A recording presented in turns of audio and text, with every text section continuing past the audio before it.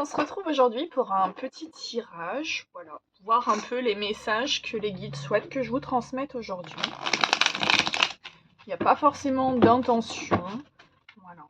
Je ressens qu'il y a des messages en tout cas à délivrer, donc vous prenez si ça résonne en vous, si ça résonne pas, passez ou écoutez juste en simple divertissement. En tout cas, l'objectif des guidances, c'est de ne pas se faire du mal, donc par extension se faire du bien. Donc si c'est des choses qui vous posent problème, c'est que c'est pas le moment ou c'est pas un bon message pour vous. Et si par contre il y a des choses qui résonnent en vous, prenez ce qui résonne. Voilà.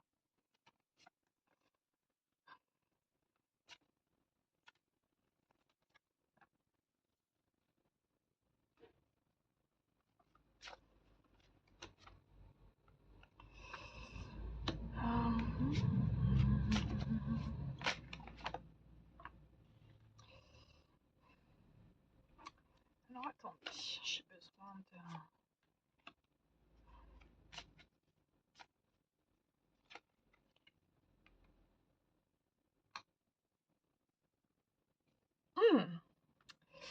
Alors, j'ai des messages, mais j'aimerais juste savoir si c'est vous ou une autre personne, mais on me dit que ça peut varier. Ce qu'on me dit... Alors attendez, j'en prends une dernière. Hop.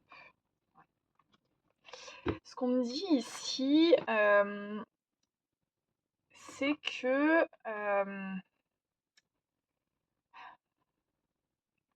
comment dire ça? Il y a une situation aujourd'hui qui a monopolisé énormément d'engagement émotionnel de votre part, ou de la part de la personne en face de vous, hein. Vous faites la gymnastique. Mais vraiment quelque chose de lourd mentalement.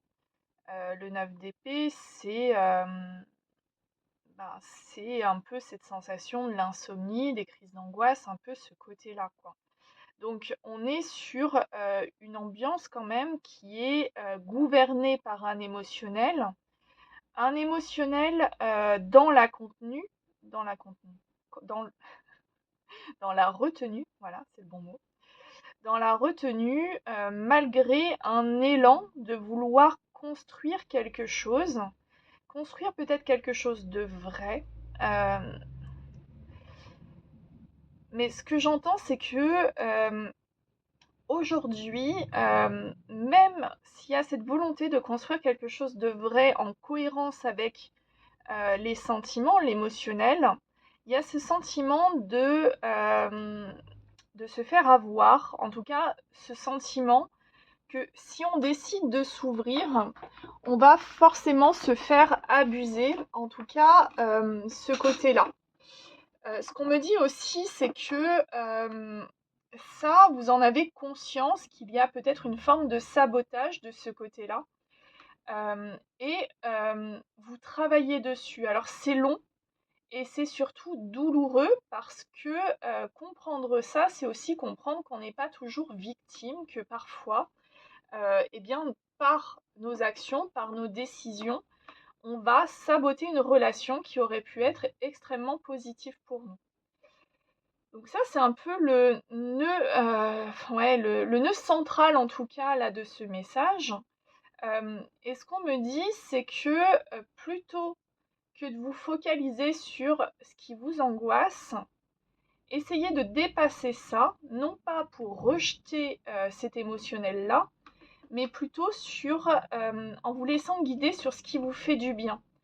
C'est-à-dire que plutôt de vous focaliser sur ce qui vous angoisse et les traîtrises potentielles, en bref, sur les éventualités et sur des hypothèses, axez-vous davantage sur ce qui vous fait du bien au cœur, ce qui vous fait du bien au corps, tout en restant aligné avec qui vous êtes. Avec qui vous êtes. Il y a un truc avec la parole aussi. Ce qu'on vous dit, c'est que à vouloir trop forcer une situation qui est angoissante, quelque part, vous vous mentez à vous-même parce que il y a encore des conscientisations à avoir et aussi de la bienveillance pour vous. Oui, en effet, c'est possible que ça prenne du temps. Oui, en effet, il y a des décisions à prendre. Mais si c'est des décisions qui sont extrêmement douloureuses, parce que là, quand même, le 9 d'épée, on dort plus, on mange plus, on est vraiment pas bien, hein. Il y a vraiment un truc qui est, assez lourd. Et le 6 d'épée, bah, c'est quand on décide de laisser derrière soi, en fait, justement, tout ce qui est souffrant et d'y aller. Mais d'y aller à notre rythme. Le but n'est pas de tout griller sur son chemin, non. Le but, c'est de bâtir telle une reine de denier qui est, elle, dans la matière, qui est alignée, qui est la personne équilibrée quelque part, si on peut la définir comme ça. C'est la personne fertile, c'est la personne qui est dans l'accueil.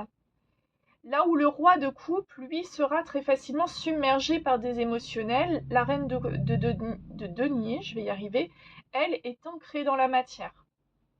Pas forcément que sur du financier, mais on a cette figure un petit peu de...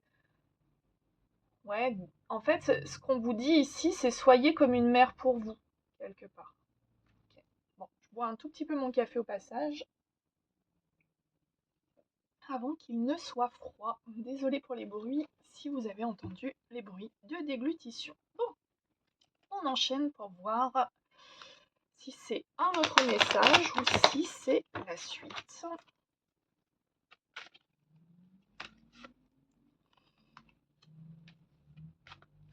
Alors, hop là, on me dit de ranger celui-là.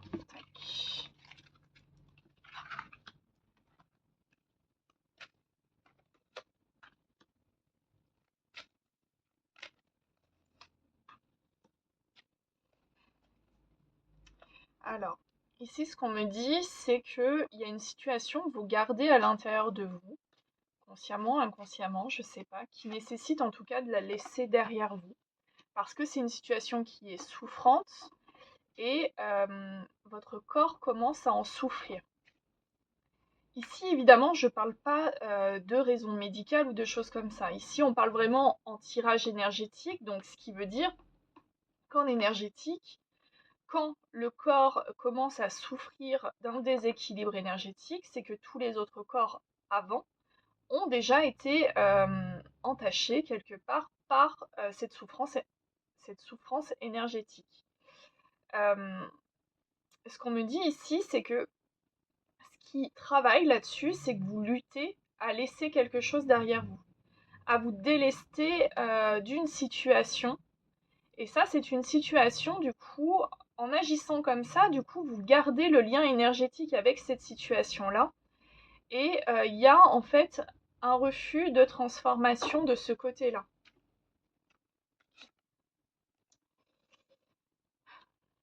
Ouais, parce que du coup, laisser cette situation de côté nécessitera de travailler et de revenir dessus à plusieurs reprises. Et c'est quelque chose aujourd'hui que vous voyez d'un mauvais œil, on me dit. Bon, très bien. Alors, hop.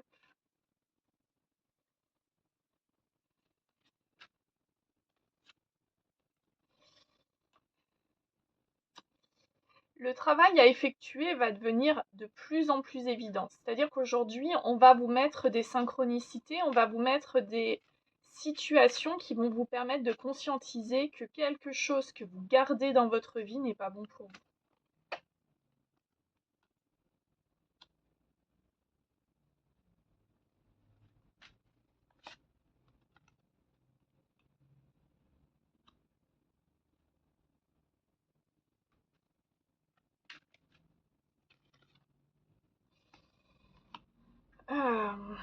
Alors, est-ce qu'on peut m'en dire plus sur le contexte?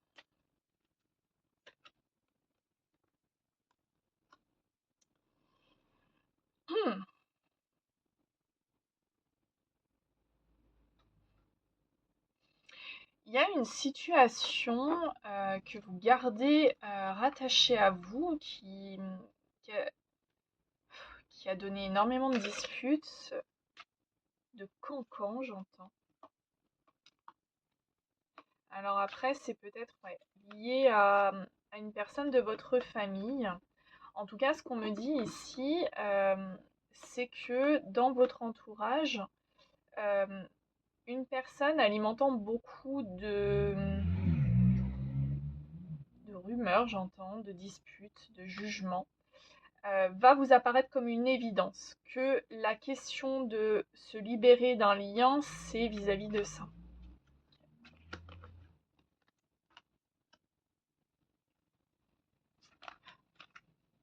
Et c'est une personne dans votre entourage qui brime cet enfant intérieur. C'est-à-dire que dès que vous avez un élan du cœur, cette personne va vous dire non mais tu te rends compte, on fait pas ça, voyons.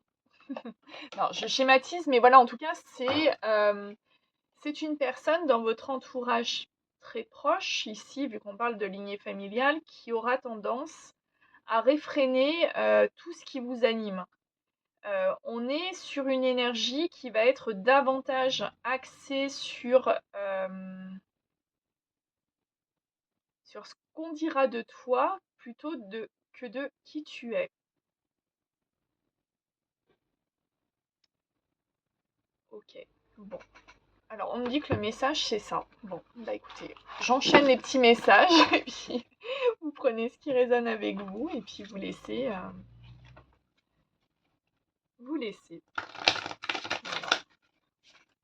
Ça va être un petit patchwork de messages aujourd'hui, mais écoutez, c'est comme ça. Alors.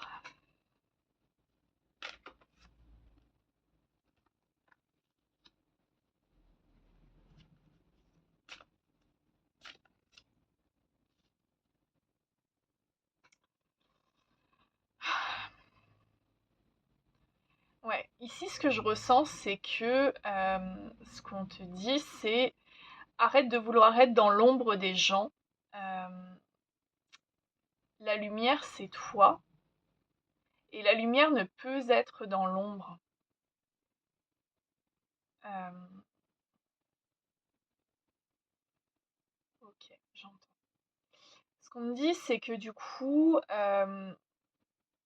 tu cherches ici à faire valoir ta valeur, à faire valoir la belle personne que tu es, tout ça. Ce qu'on te dit, c'est que ce que les autres vont penser de toi ne sont que le reflet euh, que de ce qu'ils sont à l'intérieur, et non pas ce que toi tu es. Donc, ce qu'on te dit, c'est ralentis et célèbre-toi, c'est-à-dire ralentis ta façon d'interagir et d'être tourné vers l'extérieur, recentre-toi sur toi et fais peut-être un état des lieux de tout le chemin que tu as parcouru et des évolutions que tu as actées. Euh,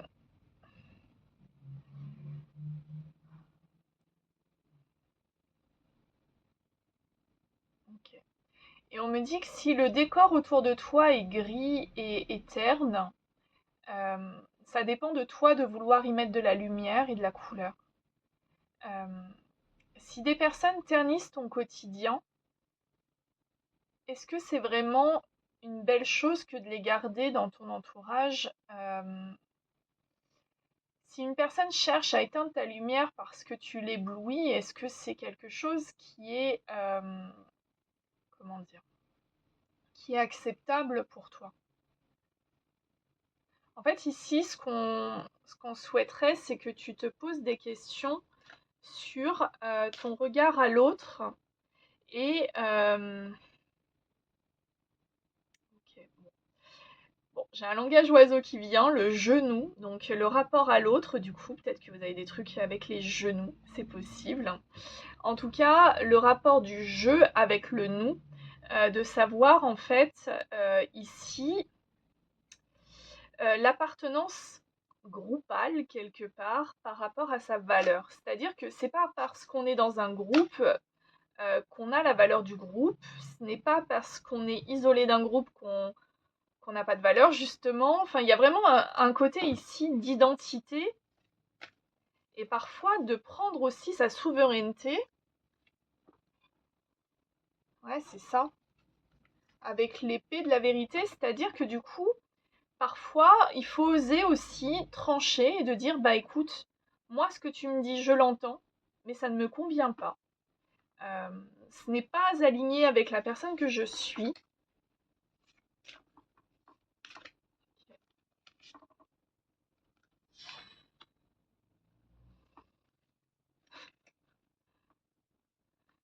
sois garce, ok, défends-toi, tuez-les tous.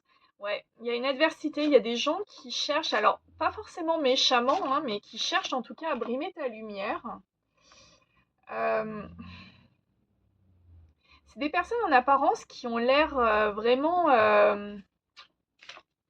portées sur le groupe, vraiment j'entends.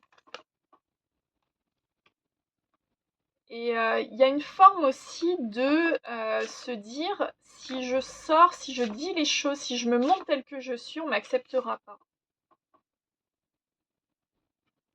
Mais encore et toujours, si, si ton entourage est sombre, il dépend de toi d'y mettre de la lumière. Ok, bon, allez, bah, prends le contrôle de ton histoire personnelle, ouais. Donc là, on a vraiment un message de reprise de pouvoir qui est vraiment clair, net et précis.